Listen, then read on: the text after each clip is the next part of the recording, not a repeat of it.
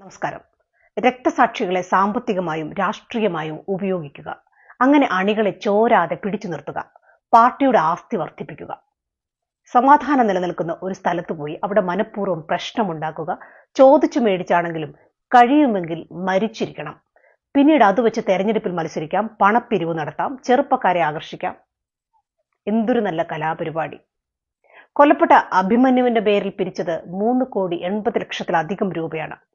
50 ലക്ഷത്തിൽ താഴെ വില വരുന്ന ഒരു വീട് പണിതു കൊടുത്തു, കുറച്ച് സാധനങ്ങൾ വാങ്ങിക്കൊടുത്തു. എല്ലാം കൂടി പരമാവധി ഒരു 55 ലക്ഷം പിടിച്ചു.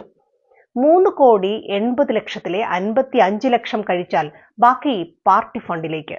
10 വർഷം ഭരണത്തിലിരുന്നിട്ടും അഭിമന്യുവിനെ കൊന്നവരിൽ ഒരാളെ പോലും പിടിക്കാൻ കഴിഞ്ഞിട്ടില്ല. കമ്മ്യൂണിസ്റ്റുകാരായ ആ കുടുംബത്തോട് നീതി പുലർത്താൻ വേണ്ടി ഒരാളെയെങ്കിലും പിണറായിയുടെ ആഭ്യന്തരത്തിന് പിടിക്കാമായിരുന്നു. ചെയ്തില്ല എന്ന് മാത്രമല്ല, ആ കുട്ടിയുടെ പേരിൽ പിരിച്ച പണം പാർട്ടി മുക്കുകയും ചെയ്തു. കണ്ണൂരിൽ കൊല ചെയ്യപ്പെട്ട ധനരാജിന് വേണ്ടി പിരിച്ചെടുത്ത പണം മുക്കിയ കഥയാണ് ജില്ലാ കമ്മിറ്റി അംഗം കുഞ്ഞികൃഷ്ണൻ പറഞ്ഞത്.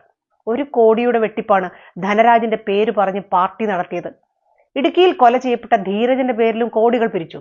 അനീഷ് രാജിന്റെ പേരിലും കോടികൾ പിരിച്ചു. എത്ര കൊടുത്തു, എത്ര മുക്കി?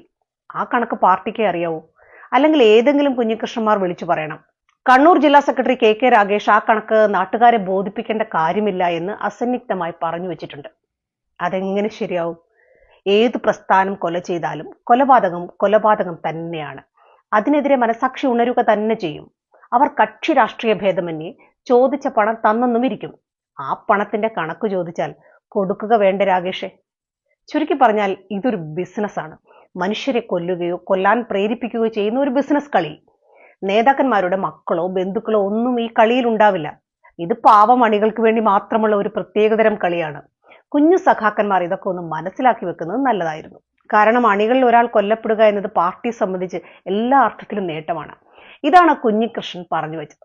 ഞങ്ങളോട് കളിക്കാൻ വന്നാൽ വേണമെങ്കിൽ വർഗവഞ്ചകനെ പൂശിക്കളയുമെന്ന മുദ്രാവാക്യവും ഉയർന്നിട്ടുണ്ട്. ഇടുക്കിയിൽ എസ് രാജേന്ദ്രൻ BJP-യിലേക്ക് പോയപ്പോൾ മണി പറഞ്ഞതും ഇത് തന്നെയാണ്. വേണ്ടി വന്നാൽ അയാളുടെ ഭാര്യയ്ക്ക് വിധവാ പെൻഷൻ വാങ്ങിച്ചു കൊടുക്കൂ എന്നാണ് പറഞ്ഞത്. ഇതിന്റെ അർത്ഥം എന്താണ്? ഈ പാർട്ടിയെ വെല്ലുവിളിച്ചാൽ നിന്റെ ഭർത്താവിനെ ഞങ്ങൾ കൊല്ലും എന്ന് തന്നെയല്ലേ?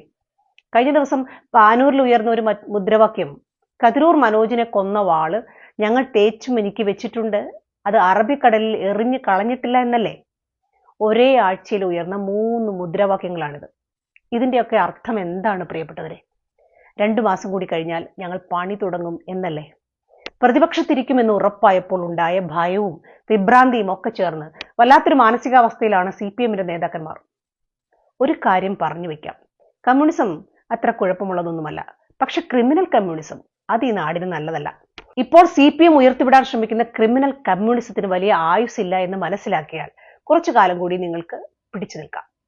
അപ്പോൾ വിപ്ലവം വീണ്ടും വിജയിക്കട്ടെ.